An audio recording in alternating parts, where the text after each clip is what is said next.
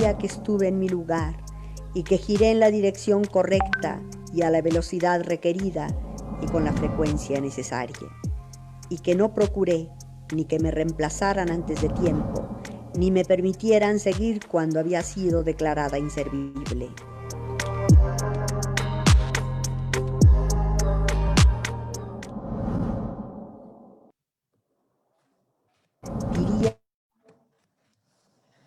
Muchas gracias a todas las personas que nos acompañan hoy, 23 de octubre, en esta cuarta sesión del seminario Diálogos por el Patrimonio Audiovisual. Es una iniciativa de la Oficina de la UNESCO en México, el Observatorio del Patrimonio Fotográfico Mexicano y el Comité Mexicano de Memoria del Mundo. Nuestro objetivo con estos diálogos es poner en la mente de las personas el papel clave que el patrimonio documental tiene para habilitar el acceso a la información, la libertad de expresión, para preservar la cultura y la memoria. Hoy nos reunimos para discutir sobre la gestión del patrimonio audiovisual. Recordamos a las personas que nos siguen a través de nuestras redes sociales que pueden dejarnos sus preguntas a través de ese medio y con gusto se las haremos llegar a los participantes. Sin más preámbulo, dejo la moderación de esta sesión al señor César Guerrero Arellano, quien es relator del Comité Regional de Memoria del Mundo para América Latina y el Caribe de la UNESCO. Buenos días y bienvenidos. Muchas gracias, muy buenos días. Gracias por acompañarnos en esta cuarta sesión. El día de hoy que vamos a abordar la gestión del patrimonio audiovisual, contamos con 4 ponentes, a quienes voy a presentar por sus nombres y sus instituciones. En primer lugar, damos la bienvenida a Adriana Gómez Llorente, de la Biblioteca Nacional de México. Bienvenida, Adriana. También contamos hoy con la presencia de Francisco Gaitán Fernández, quien es miembro del Comité Mexicano de Memoria del Mundo y fue conservador de la Filmoteca de la UNAM durante muchos años. Tuvo una gran trayectoria. La abordaremos en unos momentos más. Cabe señalar que la Filmoteca cuenta con 2 registros de memoria del mundo. Es el caso del negativo original de la película Los Olvidados de Luis Buñuel, que fue registrado en el Registro Regional de América Latina en el año 2002 y en el Internacional en 2003. Y también las colecciones cinematográficas testimoniales de la Revolución Mexicana, que fueron registradas en 2015 en el Registro Nacional de Memoria del Mundo. Bueno, nuestra tercera ponente es Itzia Fernández Escareño. Ella es investigadora, pero además fundadora de la Pizca Film Research, y pues nos va a exponer el trabajo que hace desde esa sociedad civil. Y finalmente a Teresa Matabuena, quien es directora de bibliotecas de la Universidad Iberoamericana. En esta universidad hay varios registros de memoria del mundo, pero en materia audiovisual yo destacaría el archivo de la fotógrafa Mariana Jampolsky, el archivo del diario El Heraldo, y bueno, además la Ibero ha sido pionera en la generación de la diapositeca de historia del arte, Antonieta Graf y Graf. Así que bienvenida, Tere. Muchas gracias por acompañarnos hoy. Pues muy bien, a quienes nos siguen esta mañana, pues quiero introducir el tema de hoy, la gestión del patrimonio audiovisual. Voy a leer un pequeño texto introductorio y a continuación les voy a platicar la semblanza de estos 4 ponentes para que entonces quede muy claro por qué los invitamos hoy, porque están convocados para abordar los retos de la gestión del patrimonio audiovisual. Muy bien. Bueno, pues la preservación del patrimonio audiovisual requiere una política que dé forma a las tareas y los procesos de conservación sobre diversos soportes. Los códigos de ética y las normas que indican las buenas prácticas son guías que deben llegar a la praxis diaria en el trabajo de archivos, bibliotecas y museos. Los modelos de gestión, que dicho sea de paso, son escasos en lengua española, indican conceptos básicos. Estos conceptos son el control físico de fondos y de colecciones, el control intelectual o el tratamiento documental de los contenidos, el almacenaje en ambientes fríos, secos y en asepsia extrema, de estos acervos, tanto si son soportes tradicionales como si son digitales, de manera diferenciada para poder garantizar una larga esperanza de vida. El acceso y el catálogo de herramientas para recuperar la información, consultar los contenidos, promover su publicación y su uso. En particular, los soportes audiovisuales implican muchos cuidados especiales para su acceso y su reprografía. De los materiales originales se obtienen copias para su proyección, en el caso del cine, para su transmisión y circulación, en el caso de las videocintas y del sonido. Pero bueno, con el salto de la cinta a la memoria de estado sólido en cámaras de fotografía, grabadoras de video, de audio, cámaras de cine, pareciera que las tareas de control físico y de almacenaje se han complicado. De hecho, aunque las tecnologías de digitalización permiten formas más rápidas de producir contenidos, son más caras en materia de conservación. El ímpetu de copiar data del esplendor de la Biblioteca de Alejandría, pasó por los escribas de los monasterios medievales, hasta la llegada de la imprenta y de ahí a nuestros días. Compramos ejemplares de un libro, copias de una película, enviamos archivos que son subrogadas de un original. Para abordar los retos de gestionar el patrimonio audiovisual, contamos hoy con pues nuestros 4 ponentes. Así que voy a presentar ahora la semblanza de Adriana Gómez Llorente. Adriana es licenciada en Restauración de Bienes Muebles y maestra en Museología, en ambos casos por la Escuela Nacional de Conservación, Restauración y Museografía del INAH, y también tiene un máster en Bibliotecas y Patrimonio Documental por la Universidad Carlos III de Madrid y la Biblioteca Nacional de España. Desde el año 2006, Adriana labora en la Biblioteca Nacional de México.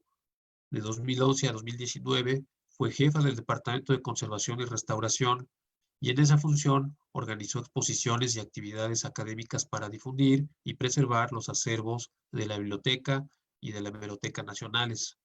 Coordinó también actividades y proyectos de conservación y de restauración de colecciones de los fondos contemporáneo y reservado de esta institución. Como miembro del Seminario Permanente de Preservación Documental, Adriana tuvo un liderazgo muy importante en la creación de la Norma Mexicana de Preservación Documental, titulada oficialmente Norma Mexicana Acervos Documentales, Lineamientos para su Preservación, que es muy reciente, data del 2018, y que implicó un gran trabajo de concertación. Así que esa es una de las razones, la razón principal por la que invitamos a Adriana. Y bueno, Adriana también es docente, es profesora en el Colegio de Bibliotecología y de Ciencias de la Información en la Facultad de Filosofía y Letras de la UNAM. Bueno, bienvenida, Adriana. Muchas gracias. En el caso de Francisco Gaitán, que espero que ya haya logrado conectarse, les platico. Francisco Gaitán es licenciado en Realización Cinematográfica por el Centro Universitario de Estudios Cinematográficos de la UNAM, el CUEC. También realizó estudios de restauración cinematográfica en el Archivo Fílmico de la República Democrática Alemana. En su carrera como cineasta figuran 2 películas documentales grabadas en 16 milímetros a color, Viva la Raza, de 57 minutos, y Los Sueños Perdidos, de 27 minutos. Francisco fue curador y subdirector de la Filmoteca de la UNAM hasta el 2014. En su carrera ahí, en esa institución, destaca haber sido correalizador del programa televisivo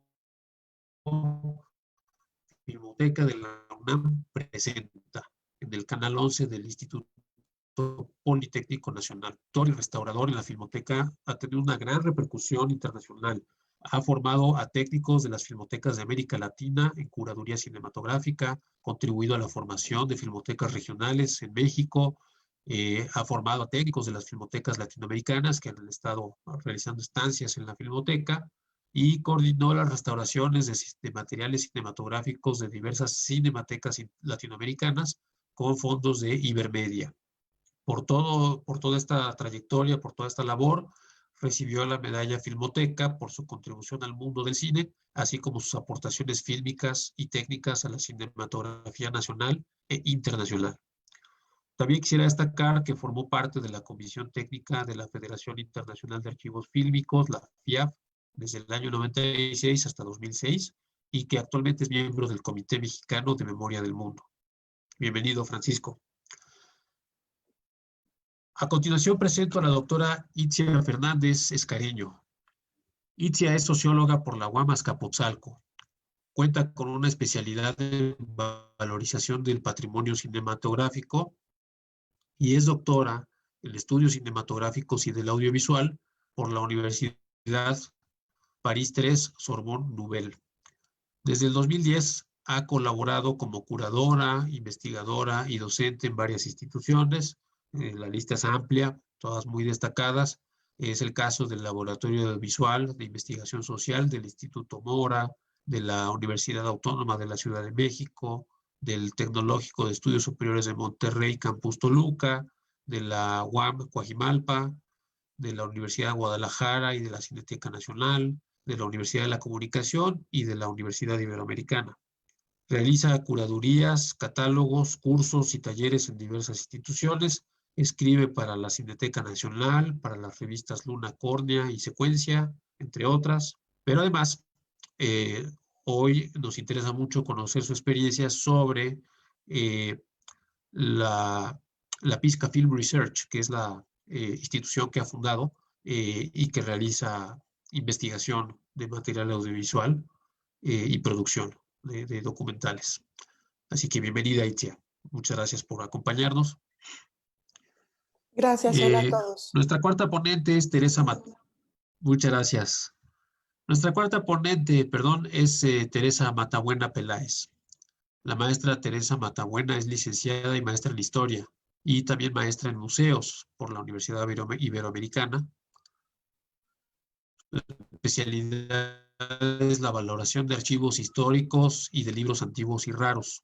Actualmente es la directora de la Biblioteca Francisco Javier Clavijero de la Ibero, cargo que ocupa desde el 2011. Ha sido docente en esta universidad y directora de tesis sobre temas de archivos históricos en la Ibero, pero también en la Escuela Nacional de Antropología e Historia, en la ENA. En materia de difusión, Tere ha coordinado diversos proyectos en el diseño, la investigación, el montaje de exposiciones sobre objetos y documentos históricos.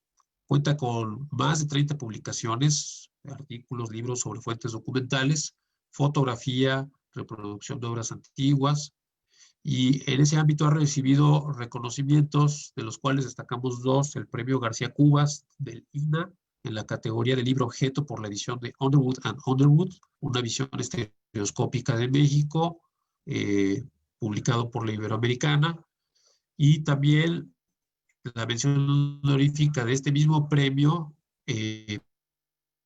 por la edición de la del Popocatépetl.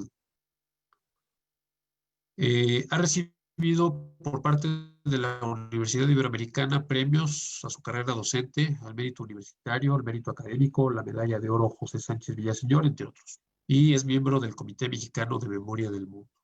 Así que, pues, a nuestro público le queremos decir que estamos muy contentos de contar con la participación de estos cuatro ponentes con grandes trayectorias para abordar cuestiones de la gestión del patrimonio audiovisual. Así que vamos a entrar en materia sin mayor preámbulo. Pues inicio con la primera pregunta y pues tome la palabra quien quiera hacerlo en primer lugar.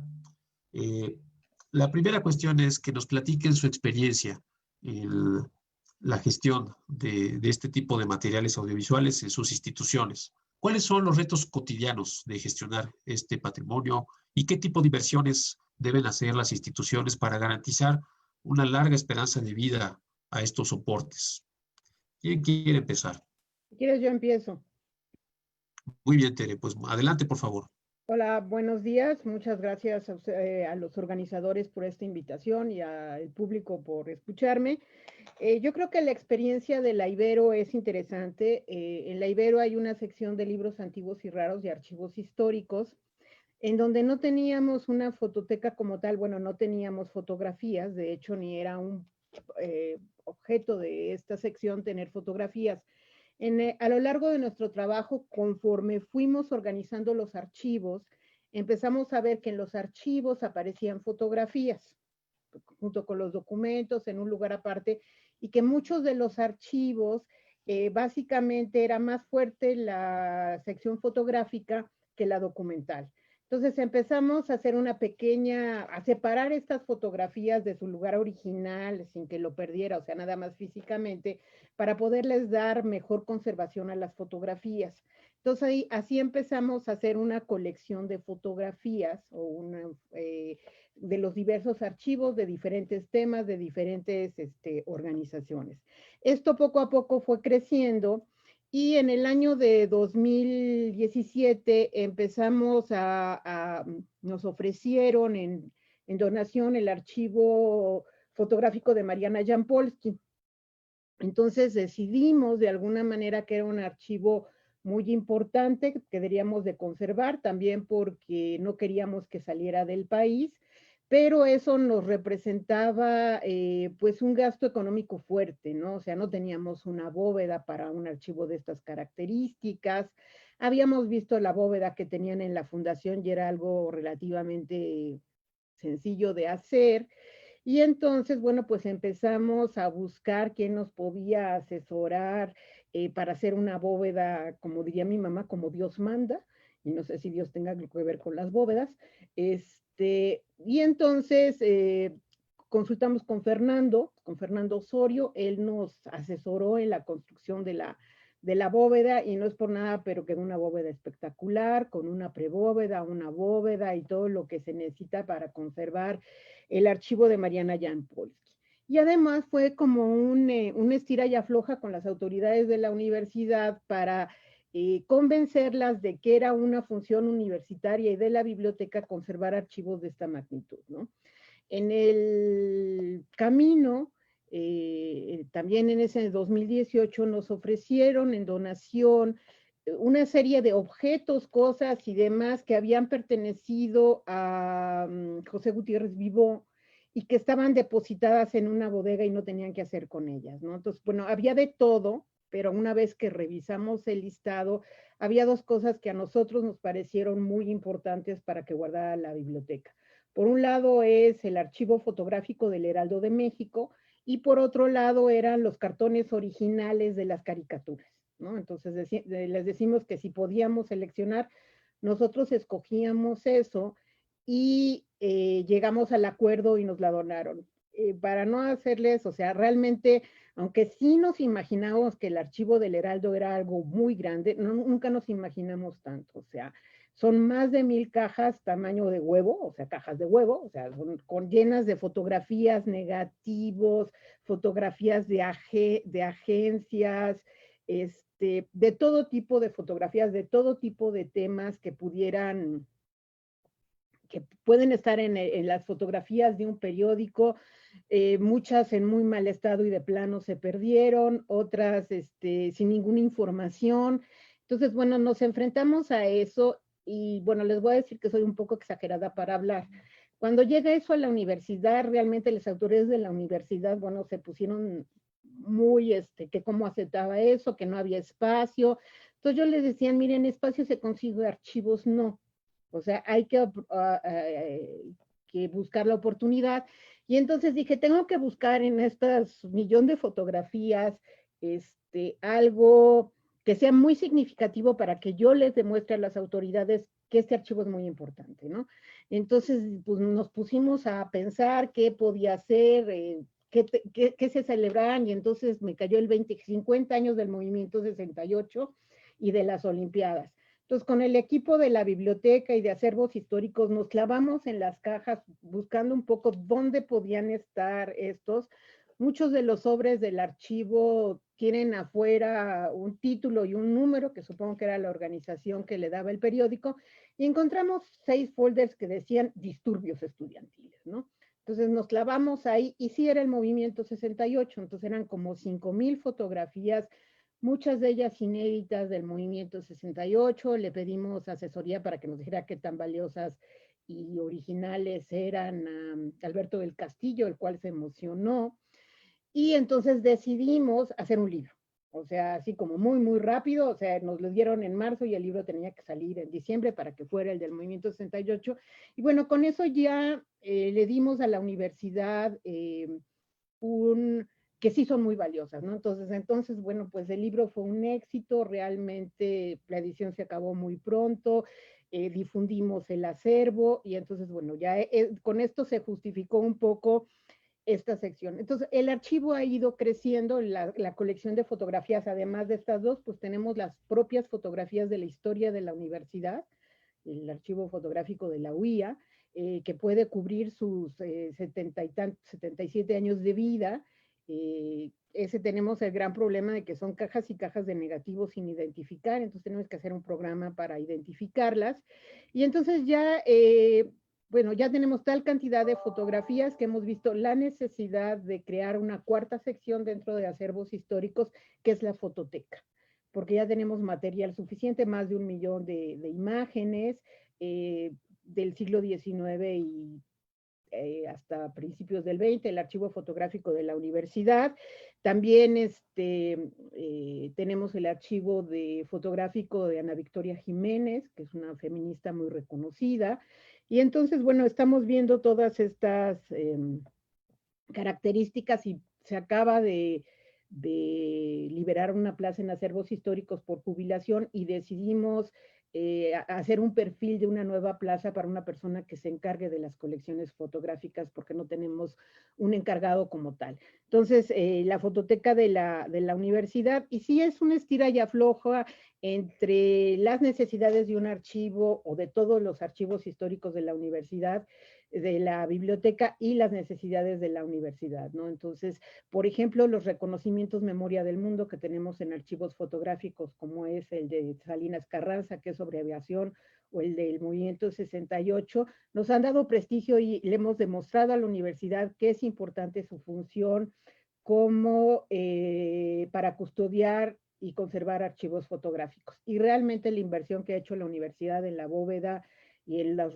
materiales que hemos requerido ha sido significativa e importante. Gracias. Muy bien, Tere, pues muchísimas gracias por esta semblanza que nos das. Pues sin duda, darle sentido, hacer la investigación correspondiente de los materiales, ordenarlos, aquilatar su valor es lo que permite gestionar esos recursos y esa atención institucional, ¿no? Es clave eso. Muy bien. ¿Quién más quiere compartirnos su experiencia en la gestión de patrimonio audiovisual? ¿Puedo aportar? Bueno, pues Sí, yo... sí, por favor, Adriana, te veo cara de que ya estás lista. Sí, ya estoy Adelante. lista. Bueno, yo voy a hablar un poco desde los 15 años que llevo en la Biblioteca Nacional y me gustaría hablar por un lado de la gestión y por otro lado del patrimonio audiovisual que hay en la Biblioteca Nacional y algunos proyectos que se han emprendido para su rescate. Bueno, como bien mencionó César, yo soy conservadora, pero he visto la necesidad de involucrarme con todas las áreas para realmente participar en la gestión, no solamente de la conservación. Creo que para hablar de gestión del patrimonio hay que hablar de recursos humanos, de la gestión de los recursos humanos que tienen las instituciones, de las posibilidades materiales y económicas que se tienen y evidentemente del propio acervo. En particular, la Biblioteca Nacional, pues obviamente lo que más tiene son libros, aunque hay una gran cantidad de archivos con materiales de archivo, fotografías y demás. Y aparte de todo, cuenta con 7 salas especiales. Estos materiales especiales están resguardados en la mapoteca, en la sala de bibliografía, en la fonoteca, en la sala de tiflológico, en la iconoteca, de materiales didácticos y en la videoteca. Entonces, antes de pasar a qué hay o qué estamos haciendo en la videoteca, me gustaría decirles que, vimos que para avanzar en las tareas importantes que hay en la biblioteca debido al cuantioso acervo con el que cuenta, era importante implementar modelos de gestión colaborativo y corresponsable, por lo que en 2010 se instauraron 3 comités colegiados donde participan pues las áreas fundamentales de la biblioteca, que son adquisiciones, catalogación, el Departamento de Formación de Colecciones e Inventarios, servicios de información que atiende el fondo reservado, las salas especiales, el fondo reservado y conservación y restauración. Además, obviamente, la coordinación de la biblioteca, que es la cabeza, y el área administrativa. Creo que involucrar también al área administrativa, a la parte de servicios generales, ha sido muy importante. Estos 3 comités no se los voy a explicar demasiado, pero uno es de catalogación, en donde todos los integrantes de las áreas de catalogación se sientan a discutir sobre las normas, las directrices sobre catalogación y el control de autoridades dentro de la biblioteca para pues avanzar en esta tarea titánica. El otro comité es el de adquisiciones, en donde evidentemente se revisa todo lo que se recibe tanto por depósito legal como por donaciones o compras. Ajá, se reúne el comité para ver tanto el estado de conservación, la pertinencia, los temas y demás para la adquisición de los materiales. Y bueno, el comité que más, donde más he estado involucrada fue el de conservación, encuadernación y restauración, en donde pues lo que se buscaba era establecer todas las necesidades generales y específicas de las colecciones. Pensemos que el patrimonio audiovisual tan solo es una pequeña parte de todas las colecciones que tiene la Biblioteca Nacional. También pues pensar cuáles son esas prioridades y con base en la factibilidad, el impacto y la urgencia de atención, pues ir viendo cómo atender institucionalmente estas prioridades y pues no solamente hacer un recuento de necesidades, sino realmente asignar e implementar programas, proyectos para realmente atender dependiendo de cómo van surgiendo las posibilidades, porque pues a veces hay oportunidades económicas, sobre todo, no sé, por ejemplo, proyectos de digitalización o algún aspecto que las autoridades tengan. Y pues a veces podemos echar mano de recursos económicos para eso. Bueno, eso un poco en cuanto a la gestión. Creo que es un trabajo colaborativo y me parece que todos los que forman parte de estos comités, por lo menos si no son conservadores, tienen conocimientos de conservación y saben perfectamente cuáles son las necesidades y el qué hacer y participan. Por lo tanto, también como conservadora me he tenido que involucrar en el quehacer de los bibliotecarios y de los responsables de los fondos para poder trabajar conjuntamente.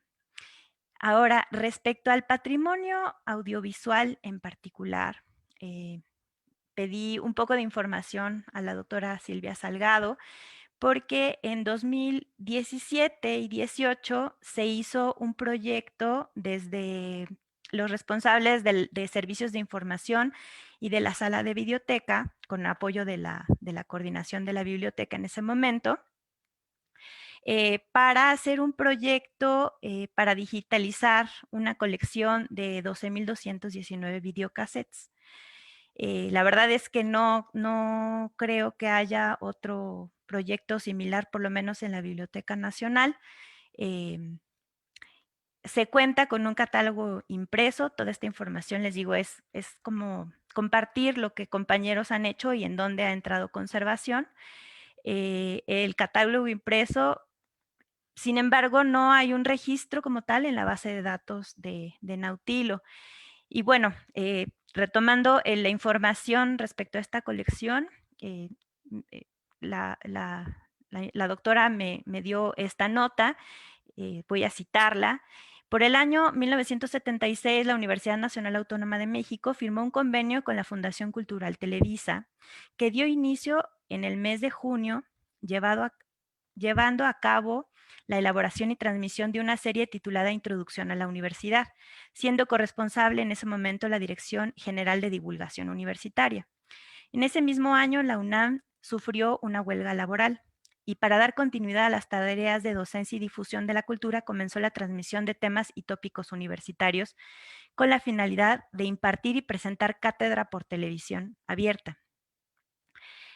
Introducción a la universidad consta de 47 subseries en las que se encuentran alimentación, desarrollo, astronomía, biología, biotecnología, capacitación y seguridad, la ciudadanía y sus alrededores, comunicación y control, educación, desarrollo, historia del arte, historia novohispana, ingeniería, la UNAM ante los problemas nacionales, ante el deporte y bueno, un sinfín de temas que de alguna manera tienen que ver con la universidad, pero que al final son reflejo del pensamiento de un momento.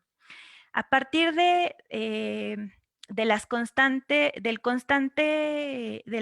petición de las áreas que están a cargo de la colección para hacer un proyecto de digitalización, de rescate, de catalogación de esa colección, se contó con la asesoría de Joana Morfín y de Ramón Coelho en 2018 para hacer una estación de digitalización para transformar el video analógico y digitalizarlo.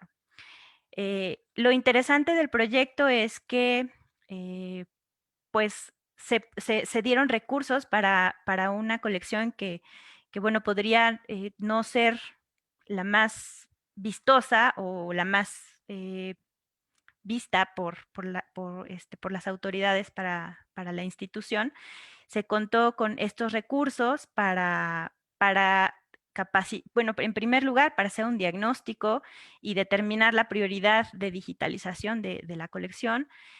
También con la asesoría se hizo un protocolo de buenas prácticas, se capacitó al personal quien está desarrollando esta tarea y a la vez están haciendo la parte de los registros y estamos trabajando en la estabilización en cuanto a condiciones de limpieza, resguardo, cajas, para que esa colección vaya pues recuperándose completamente. Eso es lo que me gustaría aportar, por lo menos en este punto. Pues muchas gracias, Adriana. Pues efectivamente, luego hay material ahí que pues si no se estudia, no se ordena, se puede perder y puede ser una fuente interesantísima de cosas que quizá no existen en otro soporte. Yo acabo de terminar una investigación sobre una escritora y la fuente principal que encontré no fue documental, no fueron libros, sino justamente programas de televisión producidos por la universidad, que se han transmitido recientemente y que están disponibles en YouTube. Y realmente allí hay mucho material audiovisual que no existe en versión en libros o en artículos, ¿no? Así que qué bueno que están haciendo ese trabajo. Bueno, pues Itzia, por favor, nos gustaría mucho escuchar tu punto de vista desde la Pizca Films sobre la gestión. Gracias. Pues un placer estar aquí. Gracias, colegas, por la invitación para compartir. Para mí es muy interesante recién escuchar a Teresa y Adriana porque son archivos donde la Pizca ha tenido que trabajar. Voy a hablarles de un pequeño ejemplo justamente de cómo fuimos a dar con la fototeca de la Iberoamericana. Y quiero aprovechar, voy a compartir pantalla rápidamente para que quienes nos están viendo en redes sociales puedan conocer a la Pizca. La Pizca somos varias personas. Estoy yo, está Ezequiel Reyes Retana, que es cineasta, egresado del CCC, Andrés García Franco, egresado del entonces Cueca, ahora ENAC, y María Cristina Alemán, que como yo somos teóricas de cine, especialistas en film studies. Y justamente entre nuestros clientes Hemos hecho trabajo muy distinto. Ahora voy a explicar a la luz de la primera tanda de preguntas que nos están haciendo.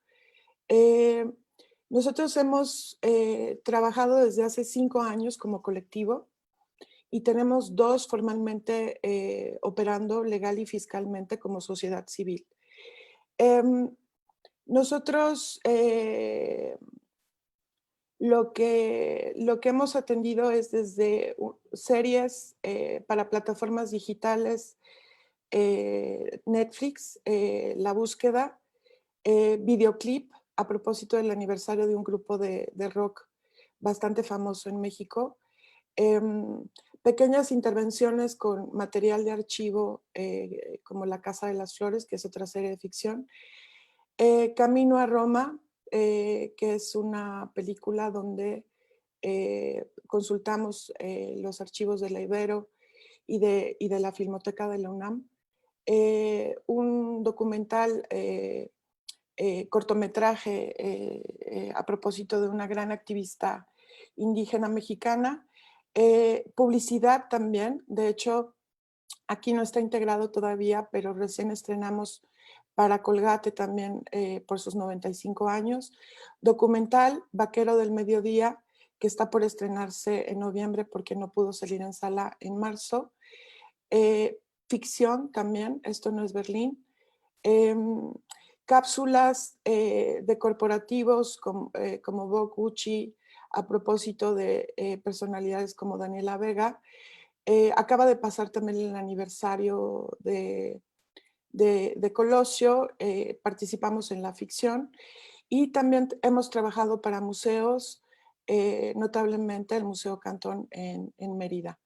Voy a dejar de compartir, pueden meterse, si buscan la Pizca Film Research, lo van a encontrar de inmediato. Digamos que nosotros ya como sociedad civil, como empresa, tenemos que trabajar en los 3 ejes indisociables en los que necesariamente tenemos que trabajar el patrimonio audiovisual. Por audiovisual entiendo cine, televisión, video, fotografía y también a su manera la hemerografía, la bibliografía, las fuentes inéditas, porque estas son con frecuencia utilizadas en el propio audiovisual. Me refiero a el cine, ficción o documental, la televisión no se diga, puede ser desde la portada de un libro, puede ser el titular de un periódico, una fotografía familiar, una home movie, etc. Lo que nosotros en estos 3 ejes, conservación, preservación y programación, entendida como acceso y difusión, y justamente aquí es donde la gestión es como muy visible, no es que no exista desde la conservación y la preservación. Lo primero que yo anotaría es que los códigos de ética de las distintas federaciones y asociaciones internacionales y nacionales mutaron radicalmente su postura, sus posturas en sus códigos de ética respecto a se preserva para programar. Es decir, un archivo que no está visible, que no se usa, que no se reutiliza, que no se reemplea, que no se reapropia, que no es visible, está pasivo y por lo tanto condenado a muerte, a una muerte pasiva, donde lo saben muy bien los colegas que dirigen archivos, los recursos financieros y humanos son insondables, nunca alcanza, aunque tengas, como me ha tocado observar en varios archivos del mundo, digamos, presupuestos notables, cuadros de profesionales, nunca alcanza. La preservación es onerosa a priori, pero si no hay políticas públicas, no hay legislaciones que protejan los usos públicos como privados, esto se hace muchísimo más oneroso y tiene un efecto dominó perverso porque cuesta siempre más caro preservar aquello que ha sido descuidado. Y en este sentido, la pizca, les enseñé ahorita como como una paleta del tipo de clientes que tenemos, y creo que con eso podré en próximas intervenciones en esta mesa darles más ejemplos de con precisión. Cuando yo conocí la colección del Heraldo en la Ibero, y a la fecha, bueno, disfruto del libro que editaron, el sitio web donde subieron las fotos, porque soy docente de cátedra en la Iberoamericana, compartir con los estudiantes de comunicación y de la maestría de cine la colección en específico con los temas del 68. El doctor Pablo Martínez Zárate, que ha hecho obra, está en el Centro Cultural Tlatelolco, una pieza en 360 grados con fotografía de esta colección. Hizo un documental que ahorita está circulando en varias plataformas, en Retina Latina en particular, ahorita lo pueden ver, y justamente es otra mirada del 68. Lo que fue sorprendente fue observar cómo en 2017-2018 nos pidieron muchísimas cosas del 68.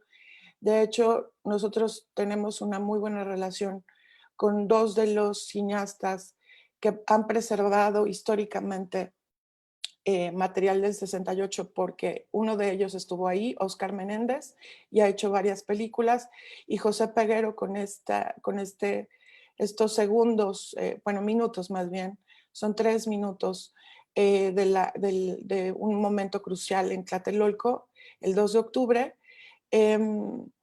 Es impresionante cómo la gente de las producciones sabe que estas imágenes existen, pero no tiene idea de lo que implica preservarlas, de lo que implica hacerlas circular, de lo que implica digitalizar y de los costos que esto tiene.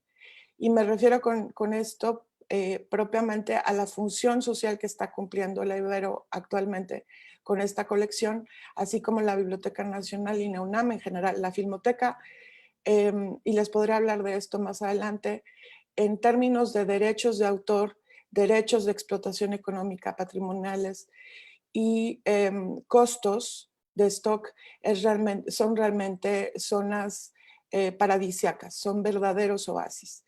Si quieren más adelante les hablo justamente de cómo podemos dialogar, conversar sobre las problemáticas de catalogación, la cohabitación analógico-digital, y cómo las normas internacionales como nacionales están a contrapelo de problemáticas con los recursos humanos y con los recursos financieros con los que se enfrenta cada archivo, cada colección, cada fondo. Y lo dejaría por lo pronto ahí. Muy bien, pues muchas gracias, Itzia. Muy buena introducción a esa otra parte, la de usar, aprovechar estos archivos para distintos propósitos, algunos públicos, otros privados, pero que ahí es donde realmente vemos qué tan desarrollado está el trabajo en las instituciones mexicanas en cuanto a la preservación del patrimonio y los retos que esto implica. Veo que Francisco Gaitán está siendo apoyado para conectarse con nosotros. Lo que no sé si puede escucharnos, si puede hablar ahora. Te veo, Francisco, pero no sé si ya puedes participar. Vamos a esperar unos segundos. Bueno, parece que están intentando poder interactuar, pero por lo pronto sé que nos escuchan, que ahí lo veo. Si les parece bien, vamos a hablar, ahorita con lo que acabas de decir, Itzia, yo creo que nos da muy buen pie para hablar de la siguiente pregunta, que tiene que ver con, bueno, ¿qué normas tenemos para guiar el trabajo en las instituciones y facilitar las buenas prácticas en cuanto a la conservación del patrimonio audiovisual? ¿Son de calidad? ¿Son apropiadas? Quisiera que pudiéramos abordar ese tema, ¿no? Es una herramienta fundamental. ¿Cómo perciben la situación de estas normas y guías de buenas prácticas. ¿Quién quisiera empezar? Bueno, si quieres yo, mira, realmente nosotros usamos las normas, no las Gracias. hemos evaluado porque pues no tenemos ni el personal especializado que lo haga, pero bueno, creo que si existen unas normas nacionales y que las instituciones como más experimentadas con nosotros usan y realizaron, pues para nosotros son importantes irlas usando. Estas también las vamos adaptando mucho a las necesidades de cada archivo. Ya que, por ejemplo, por el lugar donde provienen las fotografías, por ejemplo, desarrollamos tablas de autoridades como concretas para ese tipo de fotografías, por ejemplo, lo desarrollamos para la fotografía de aviación. Nos hemos encontrado con problemas serios, por ejemplo, en el archivo de Gutiérrez Vivó, que sí es un reto. O sea, entonces hemos decidido, por ejemplo, para cada conjunto temático que tenemos, hacer como un tesaurus que se aplique. Entonces, por ejemplo, hemos decidido que el Gutiérrez Vivó lo vamos a ir catalogando por temas. O sea, Movimiento de 68, que como ya comentaron, pues tuvo mucho éxito. Al mismo tiempo sacamos Olimpiadas, que también ha sido muy consultado. Para este año catalogamos Mundial México 70, que realmente hay una riqueza impresionante de fotografías. Teníamos pensado una exposición que se nos quedó en el tintero. Y nos hemos encontrado con otros, por ejemplo, en el archivo de Mariana Jampolsky, hemos tratado de recuperar todo lo que la Fundación Mariana Jampolsky hizo, que catalogó 35,000 negativos y los digitalizó, pero no digitalizó ni todo el archivo, ni catalogó todo, ni registró todo. Entonces ya digitalizamos lo que faltaba, lo registramos y estamos tratando de recuperar el trabajo que ellos hicieron. El problema es que la fundación se quedó sin dinero y no fue actualizando sus sistemas. Entonces nos ha sido difícil rescatar ese trabajo. Luego, por ejemplo, pues como digo yo, en el Gutiérrez Vivó las fotografías de box. Me van a disculpar a los que les gusta el box, pero todos tienen pantaloncillo blanco o pantaloncillo negro. Todos son feos o están golpeados. Entonces, ¿qué hago con las fotos de box si no tengo un especialista en box, no? Entonces, pues hemos ido tomando como decisiones, también tomamos decisiones importantes, por ejemplo, ¿qué hago con las fotografías de agencia? O sea, de la AP, o sea, de todas las fotografías que un periódico compra en agencias. Hay muchísimas, unas de buena calidad, otras de mala. No tenemos los servicios de reproducción o el permiso de reproducción. Hay muchos en muy diferentes calidades.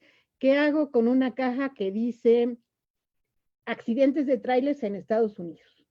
¿No? Pues está interesante, ¿no? Pero no, o sea, de verdad nos costó mucho trabajo, pero decidimos depurar esa parte, porque además es incatalogable, o sea, no hay manera que nadie catalogue todos los acontecimientos mundiales que pasaron a lo largo de 50 años en el mundo, que además no sé en qué contexto los puso el periódico. Entonces, por ejemplo, ahorita depurando todo eso, me he encontrado pues palabras o conceptos que ya se me habían olvidado. Aerosecuestros, o sea, yo no oía la palabra aerosecuestro desde los 70s. Entonces, bueno, pues había muchas fotos de aerosecuestros, pero ¿qué nos quedamos? Pues aerosecuestros en México, con mexicanos que fueron en México, con aviones mexicanos que en el transcurso de aerosecuestros. Entonces, estamos haciendo prioridad de eso y ahorita, por ejemplo, estamos catalogando una parte que está como muy concreta, que viene por personajes y yo creo que se le va a poder sacar mucho fruto, que son actores y actrices. Entonces hay entre 500 y 1000 fotos de la carrera artística de Silvia Pinal, Enrique Guzmán, Jacqueline Andere, Armando Manzanero. Entonces estamos viendo cómo hacemos toda la catalogación de esto. Sí nos hemos asesorado mucho en todo lo que son las normas de conservación y sí, como bien comentó Isia, sí tratamos de ser muy generosos y todo el que quiera tener acceso al archivo, pues lo tiene, ¿no? No solo a nuestros archivos fotográficos, sino todos los archivos de la biblioteca. Ahorita estamos en todo el proceso de poder poner ya a consulta el archivo de Mariana Jampolsky. Y una cosa que a mí sí me parece que ha sido como un triunfo de la Ibero, y especialmente de todo el personal de biblioteca, es que en una época convencí al rector de la universidad que si él hacía regalos de Navidad, le daba lo mismo regalar floreros que libros.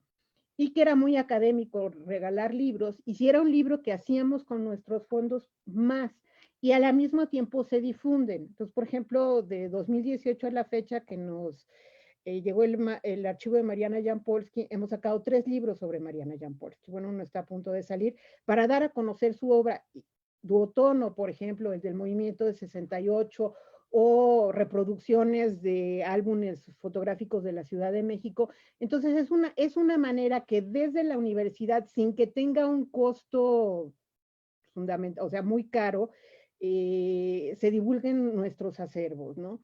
Obviamente, si es un libro que el rector escoge en marzo y tiene que salir en diciembre, pues no tiene una investigación profunda, sino un estudio introductorio para que el documento histórico, el conjunto de fotografías se contextualicen y se puedan entender.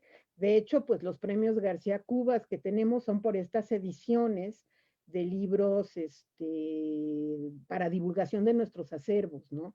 Y al mismo tiempo, pues le da al personal de la biblioteca oportunidad de irse metiendo más en algún fondo, en algún conjunto fotográfico para irlo investigando más, o para sugerirlo a los alumnos, o para poder dar asesoría a las personas que nos apoyan, ¿no?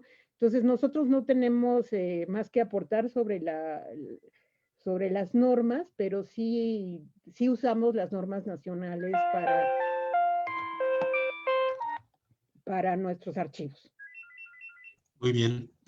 Adriana, platícanos cómo fue el proceso de generar estas normas. Son normas muy recientes y que hacían mucha falta y que implicaron un trabajo de concertación de múltiples instituciones y de expertos muy amplio, y que justo le permite a instituciones que no tenían experiencia específica en material audiovisual, pues empezar a asesorarse y hacerlo bien. Pues Adelante.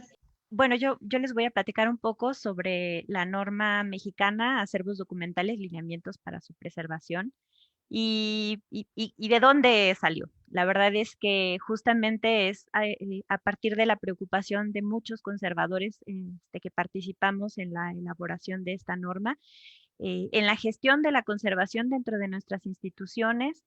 Algunos, la mayoría participamos en las instituciones, aunque hay otros que de una manera externa también están colaborando o independiente. Entonces, a partir de los festejos del centenario y bicentenario, en donde el préstamo de obra empezó un poco vertiginoso, nos empezamos a cuestionar mucho a qué normativa íbamos a referirnos para los préstamos en su momento. Después esto fue creciendo.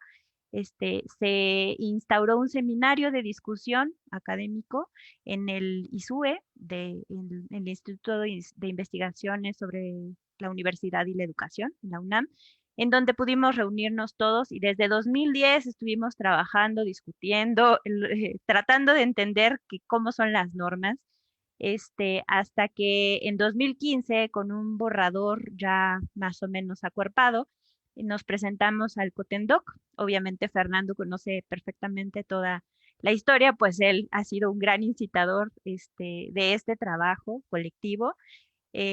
Nos presentamos al Cotendoc, que es el Comité Técnico de Normalización Nacional de Documentación, para decir que queríamos formar un subcomité para elaborar esta norma que ya teníamos un poco esbozada. Y realmente ahí nos dimos cuenta que el ambiente normativo, el lenguaje es muy diferente al ambiente académico. Sin embargo, fuimos adaptando todas estas necesidades que nosotros veíamos en las instituciones, y al final pudimos concretar esta norma, que si bien no es una norma oficial, es una norma que brinda lineamientos de recomendación. Al final, pues sí es un referente para el qué hacer y qué aspectos deben de tomar en consideración las instituciones y no importa si son acervos patrimoniales o no. En general, al principio empezamos con la norma pensando solo en el patrimonio y nos dimos cuenta que no, que necesitábamos hablar algo más general de acervos documentales, incluidos todos los tipos de documentos que pueda haber. Y en 2018 sale publicada en el Diario Oficial de la Federación. Y si me pueden compartir la pantalla para que les pueda decir dónde pueden consultar esta norma y qué estamos haciendo para difundirla actualmente, por favor.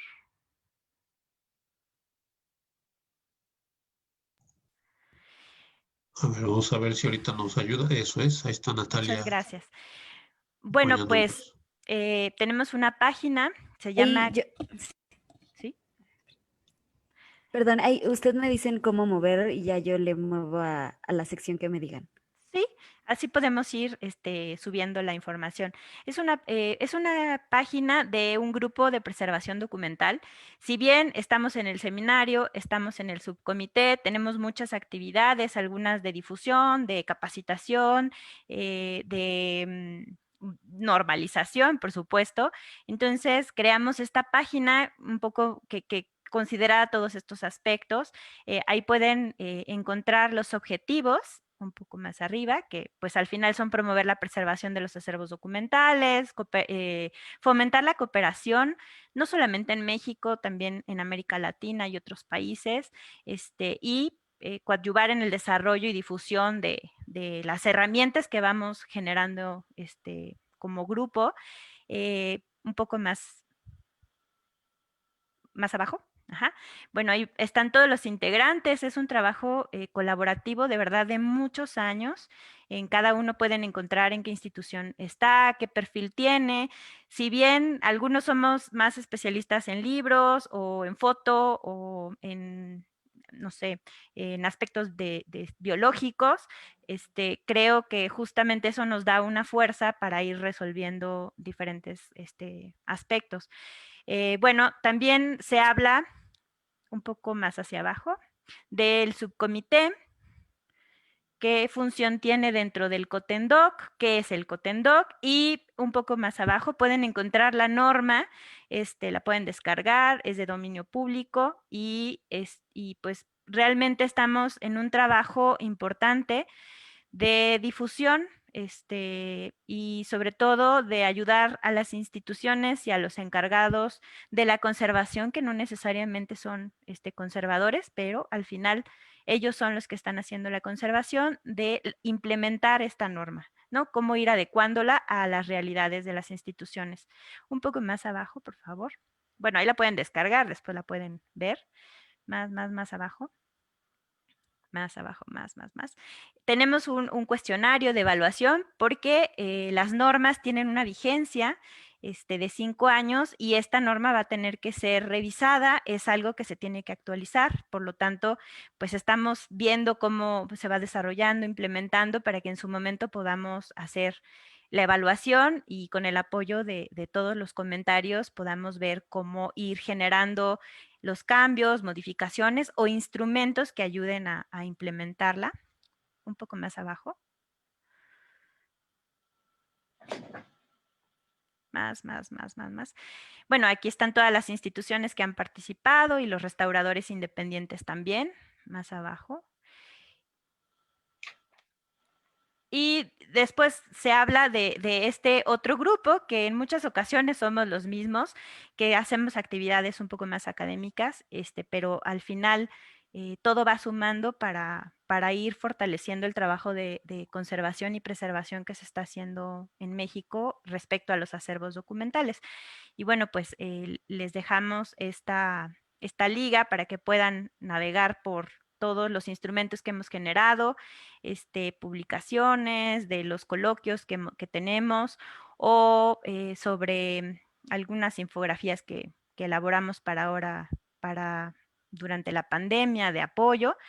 Y pues únicamente volver a mencionar que es un trabajo colaborativo, que realmente hemos cambiado actores, que van coordinando, que van fortaleciendo, pero el resultado de la norma me parece que es bastante bueno y pues esperamos cómo se va implementando.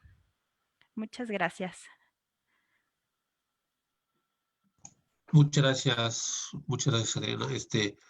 Pues estamos a las 10 de la mañana, así que me gustaría que pensáramos en integrar algunas de las preguntas de quienes nos están escuchando en los próximos minutos, pero no sin antes abordar dos cosas. Una, saber si Francisco ya puede hablarnos.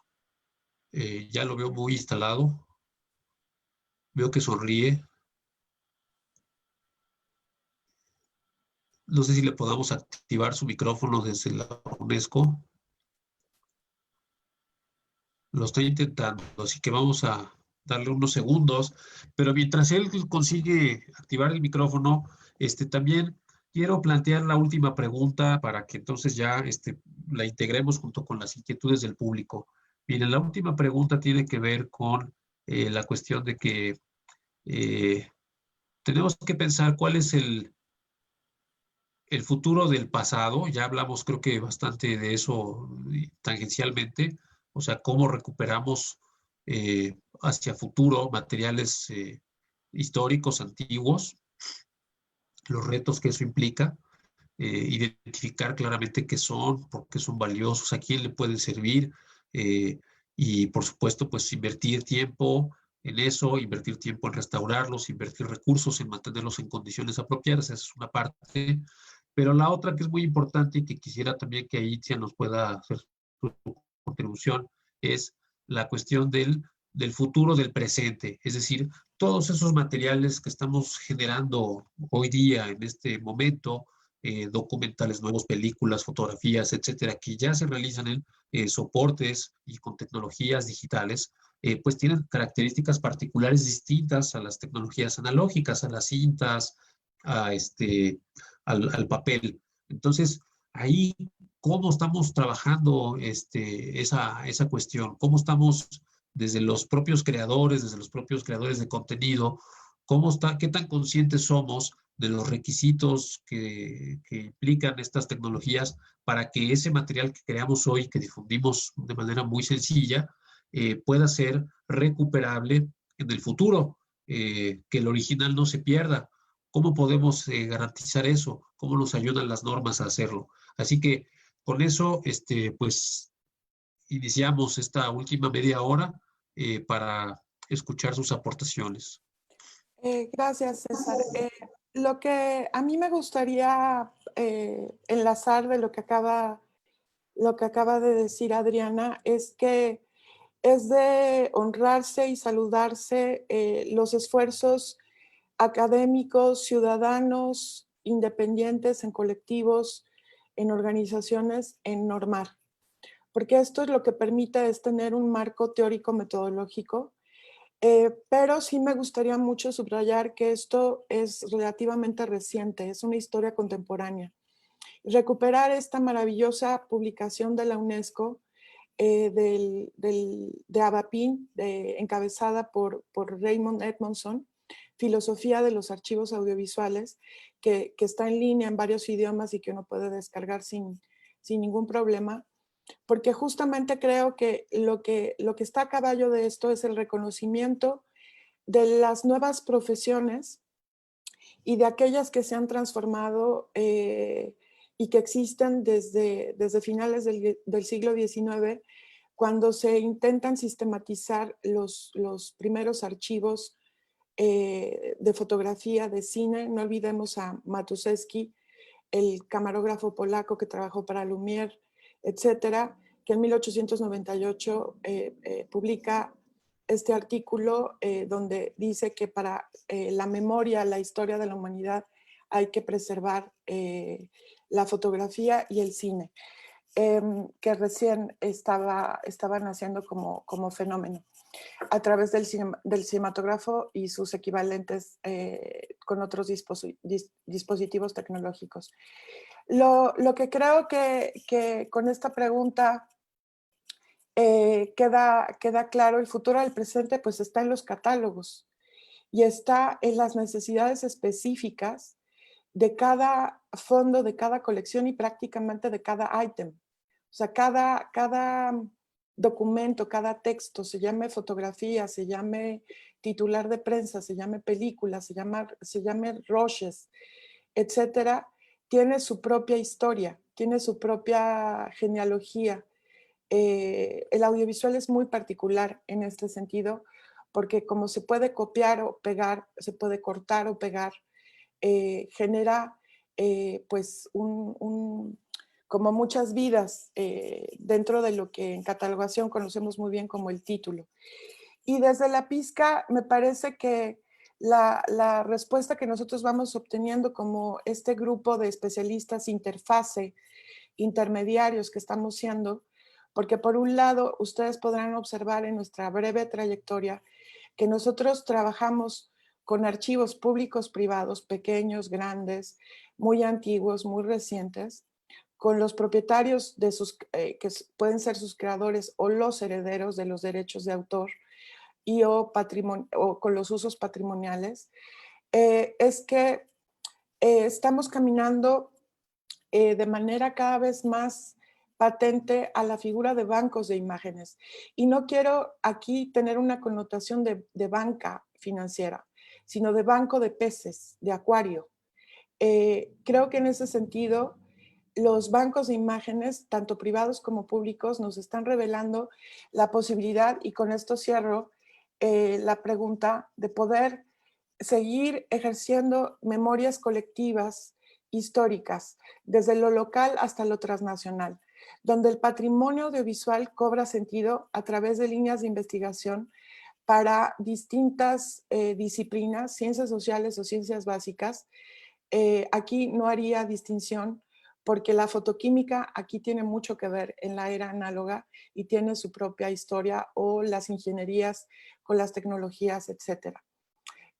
Y cómo las prácticas de reapropiación, de reempleo, de reutilización, finalmente lo englobaría de valorización del patrimonio audiovisual, tienen que ver con distintos circuitos, con festivales de cine, por ejemplo. Yo subrayo a dos con los que colaboro y que adoro, que son FIC Silente en Puebla, que ha hecho un gran trabajo con el cine silente, que colabora con los archivos locales, nacionales, internacionales, y Ultracinema, que se dedica a las prácticas fan footage de reapropiación y experimentales. También como el reempleo, la reapropiación, la valorización tiene que ver con una programación, un acceso, una difusión multipantallas. Es decir, todo esto se ve en lo que generalmente un cliente para nosotros llama all media.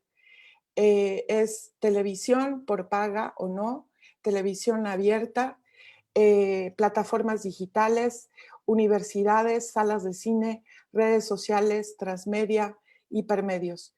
Y finalmente, me parece que esta época paradójica de la pandemia a lo que nos está enfrentando, sin duda es a muchos retos, pero finalmente está posibilitando que el patrimonio más que nunca sea visible. Nosotros que trabajamos mucho con cine, no solo, pero mucho con cine, estamos maravillados de la cantidad de películas mexicanas que están pudiendo circular y ser transmitidas en televisión pública abierta como en plataformas digitales. Películas recientes que se van a estrenar, como Vaquero de Mediodía, el documental de Diego Enrique Osorno en el que trabajamos, o películas antiguas como La Fórmula Secreta, que había sido una especie de leyenda urbana y que a través del IMCINE Filmin Latino pudimos ver para celebrar el Día del Cine Mexicano el 15 de agosto.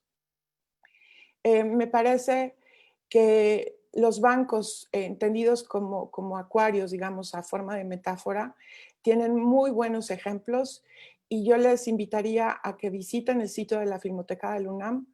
Cine en línea es una dicha, lo que están programando con los 60 años de la Filmoteca es maravilloso.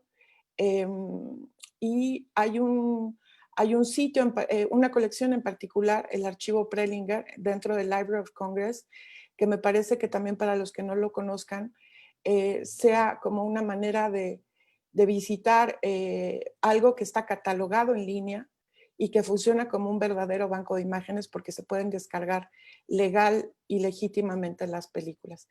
Y lo dejaría ahí.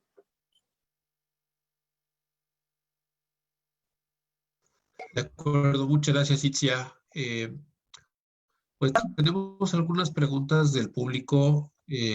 Ahorita me ayudarán a ver si tengo, las tengo todas, pero una de ellas, además de los saludos que nos hacen llegar de ¿yo puedo Monterrey, empezar a de hablar? Argentina. Sí, por favor, Francisco, por fin, podemos escucharte, qué gusto. Bienvenido. No sé si me están escuchando o no, por favor, repiten, díganme. Te escuchamos, te escuchamos. Bueno. Sí, te escuchan, Adelante. Francisco.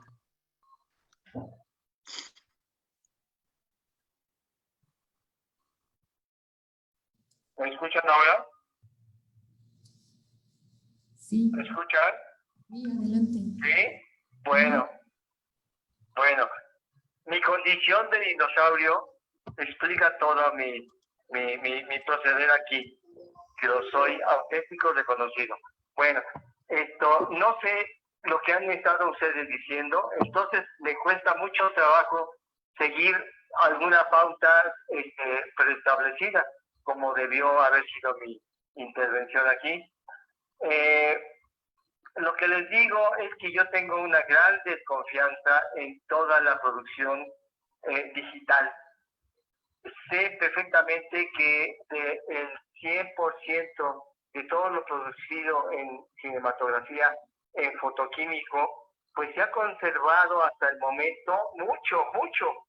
Podemos ver las primeras imágenes filmadas por los Lumière, más de 1000 números hay ahí en los archivos, y podemos ver las películas, las tenemos aquí en México y las hemos visto y las usa y se las roba todo el mundo sin pedir el permiso a la Fundación Lumière.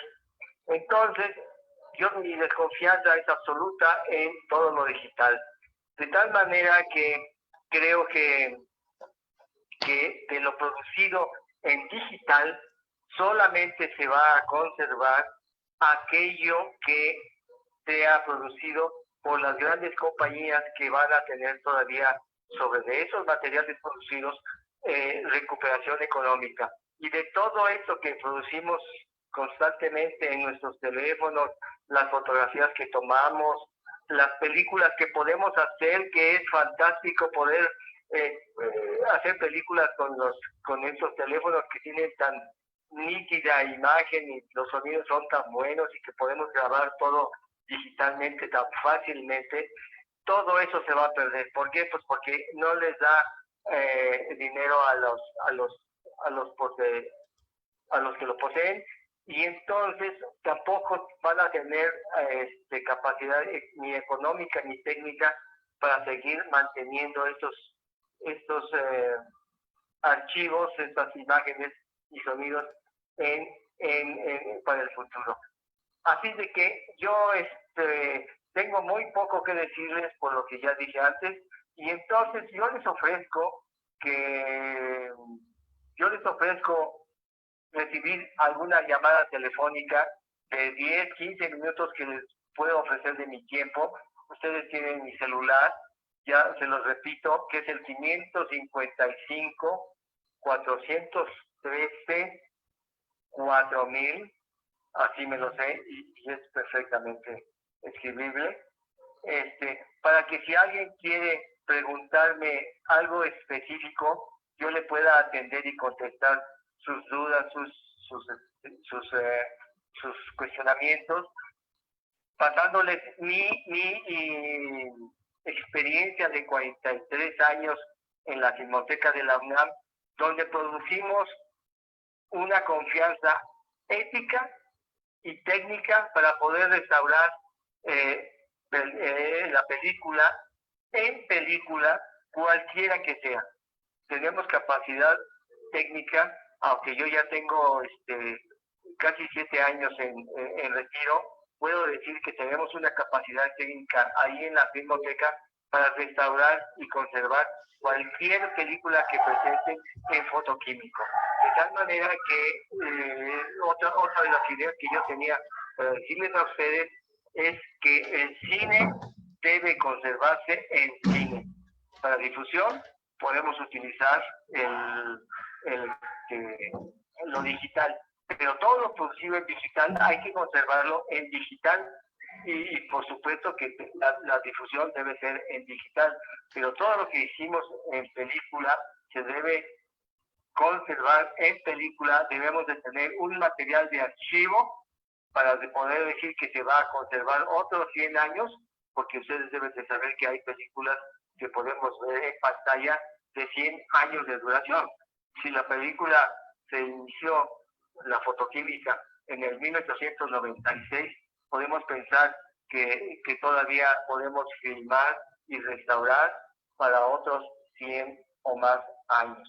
Así es de que creo que mi aportación máxima ahora puede ser lo que les acabo de decir y concederles mi tiempo para quien me quiera consultar algo a posterior. Gracias.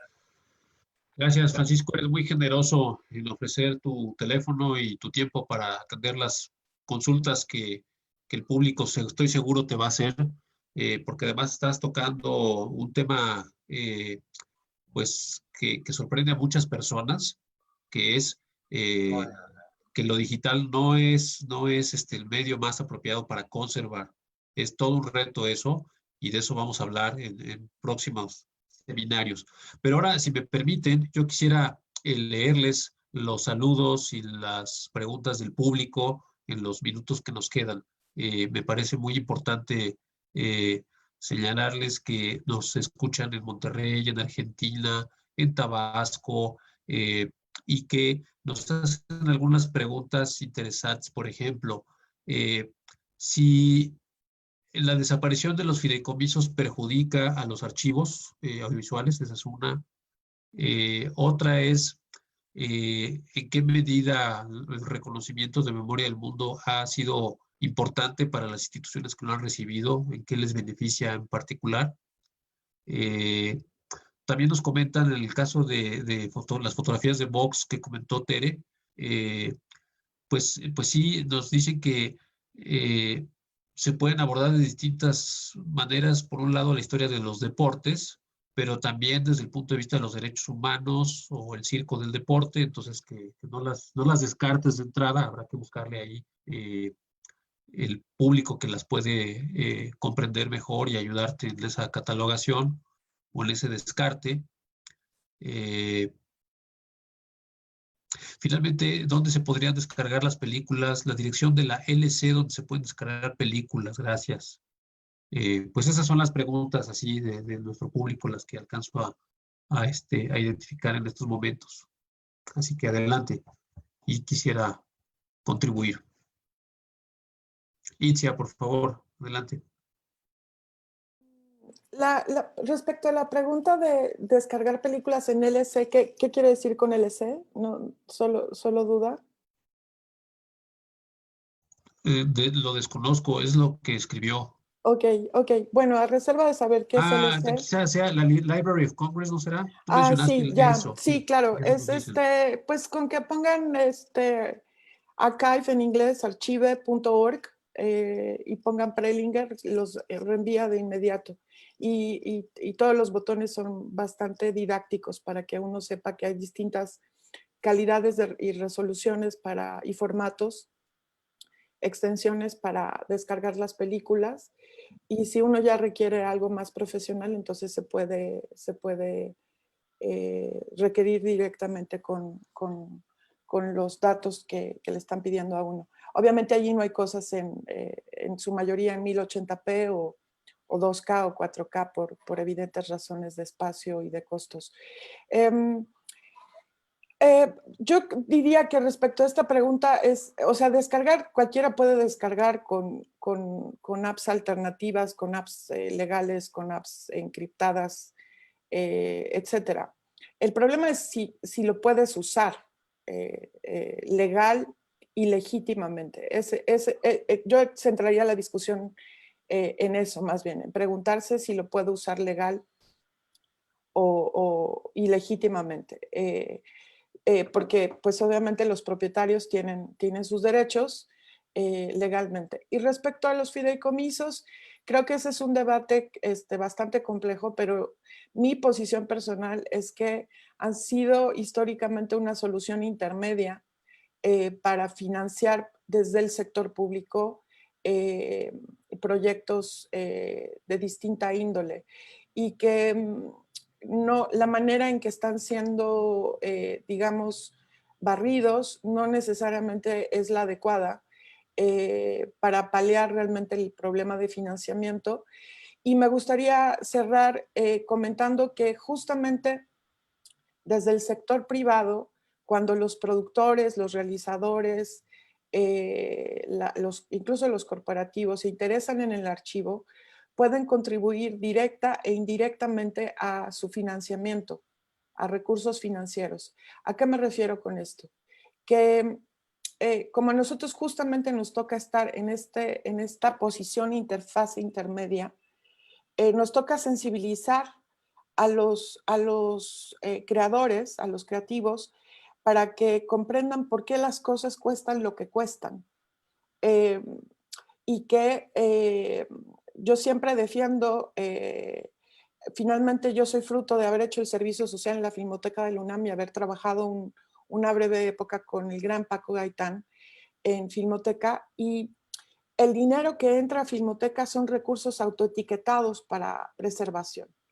Entonces, en el momento en que tú pagas en el banco de imágenes de la Filmoteca el minuto que estás usando, lo que tú estás pagando se va a ir para preservación. Entonces, y de todas maneras nunca va a alcanzar. Pero creo que esto es importante de tomarlo en cuenta porque tenemos que seguir generando estrategias para poder financiar estas prácticas y poder visibilizar el patrimonio, poderlo conservar, preservar, poderlo poner en acceso, en fin. Básicamente creo que la valorización es tremenda de todas las partes, de todos los sujetos, y si no, pues simplemente con el costo del stock en la media mundial, que es $5,000, la media, sin fines de lucro, sin fines comerciales. Hay archivos privados que se van a los $20,000 el minuto, y hay archivos más caros. Creo que estamos hablando justamente de algo que tiene mucho valor económico, pero que sobre todo tendrá siempre valor patrimonial histórico de memoria. Y al que tenemos todos derechos de acceder, obviamente, que eso es, creo, lo que más hay que vigilar. Muy bien, Itzia, muchas gracias. Adriana, por favor, adelante. Bueno, un poquito para hablar sobre cuál es el impacto de tener un reconocimiento de memoria del mundo, que si bien no hay como tal en audiovisuales, la biblioteca y la hemeroteca cuentan con algunos reconocimientos, pues por supuesto que ayuda no solamente para asignar algunos recursos, por ejemplo, para proyectos de digitalización, lo pienso, no sé, en la Hemeroteca Nacional Digital, la verdad es que es un proyecto de largo aliento y en donde se ha invertido mucho tiempo y recursos para que hoy sea lo que es. Y creo que el reconocimiento de memoria del mundo un poco pretende que, pues, que esto continúe, ¿no? Sí, sí permite tener cierta secuencia en tener este dinero más etiquetado, especial para organizar o para continuar algún tipo de trabajo en estos acervos. Y bueno, solamente como comentario final, estoy totalmente de acuerdo con el maestro Gaitán. Yo desconfío un poco de los soportes digitales, como conservadora de soportes analógicos en general, me genera estrés lo que está pasando con la cuestión de digitalización y no solamente todos los recursos que se implementan para estos proyectos, sino en pensar qué hacer con esa digitalización, porque si no podemos con lo analógico, en cuanto a organización, descripción y demás, tener un recurso digital duplica ese trabajo y aparte también implica trabajo de preservación digital, nada más que cuando se ejecuten estos retos, pues se tomen en consideración todos los aspectos, ¿no? No nada más la imagen o la cuestión inmediata o la cuestión de acceso, que se usen bien los recursos, ¿no? Y pues esa sería todo. Muy bien, muchas gracias. También quiero comentar que hemos recibido saludos de Chiapas y de... Ah, ya lo perdí. Bueno, intentaré estarlos informando desde dónde nos escuchan, de Puebla también, etcétera. Nos hacen una pregunta técnica: ¿cómo estabilizar materiales fotográficos cuando hay tantos materiales? ¿Cómo integrar esas labores? No sé si alguien quiera comentar brevemente eso antes de que concluyamos.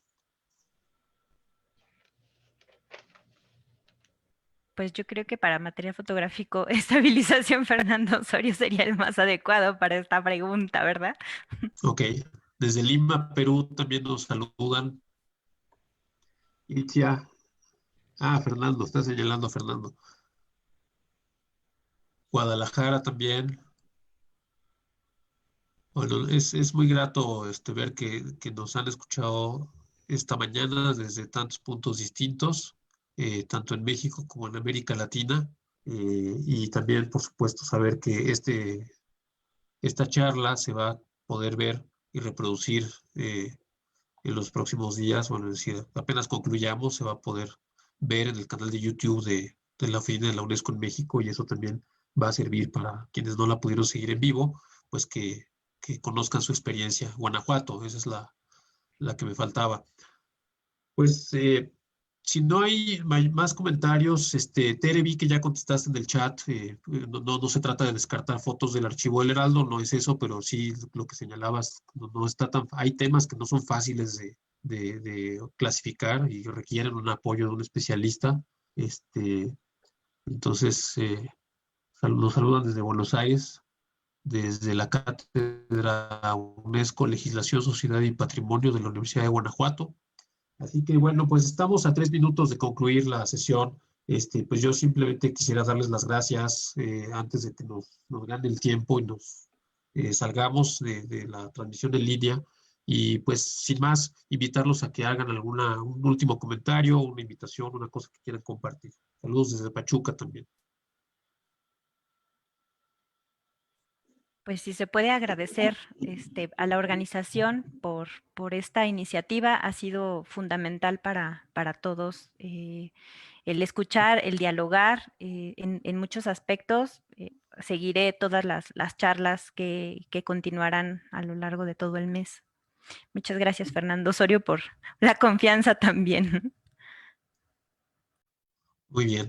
Igualmente agradecer, me encanta como dice la gente de la Sierra del Norte Zapoteca, en Guelatao en particular. Gracias por la compartencia, Fernando, y todas las personas que están involucradas en este esfuerzo. Es mucho trabajo. Qué mejor manera de celebrar, de pensar, de aprender a seguir amando, apasionarse por el patrimonio audiovisual, y que vengan muchas más ediciones de este tipo. No tienes por qué ser solo el 27. Pronto viene el día de la Home Movie también. Como que el mes de octubre es el mes del patrimonio audiovisual por excelencia, pero hacer esto cada semana, la información que están compartiendo, muchísimas gracias. Y un placer compartir con ustedes. Y Paco, qué gusto verte. Y suscribo. Nada se ve como el nitrato, aunque esté prohibido. Bueno, pues muy bien. Bueno, pues Hay algunas preguntas técnicas que nos están llegando. Yo creo que las vamos a atender terminando la transmisión, compartiéndoselas a los especialistas y que les puedan responder directamente por correo electrónico. Adelante, Bien. Gaby. Muchísimas gracias. Gracias a las personas que nos acompañaron en esta cuarta sesión del seminario Diálogos por el Patrimonio Audiovisual, que realizamos, como ya lo comentaron, en el marco del Día Mundial del Patrimonio Audiovisual, que se conmemora este próximo martes 27 de octubre. Así es. A nuestro moderador y a nuestras ponentes, a nuestro ponente, al señor Gaitán. Agradecemos el apoyo del señor Fernando Orozco, coordinador del Observatorio del Patrimonio Fotográfico Mexicano, y a la señora Catherine Bloch, quien es presidenta del Comité Mexicano de Memoria del Mundo, y quienes nos acompañan también en esta conferencia y han sido claves para la realización de estas sesiones. También agradecemos a todas las instituciones de memoria que amablemente han colaborado con su tiempo y con insumos para este seminario, los promocionales, los videos que hemos estado compartiendo. Muchísimas gracias. Invitamos a todas y a todos a acompañarnos el próximo viernes 30 de octubre, también a las 9 horas, con el tema La fotografía, imagen y objeto, soporte privilegiado de la memoria. Y los dejamos con un fragmento de este video que hemos preparado y que ya estamos distribuyendo a través de las redes sociales. Muchas gracias a todos y buenos días. Buenos días. Gracias. Adiós. Nos vemos, gracias. Hasta pronto.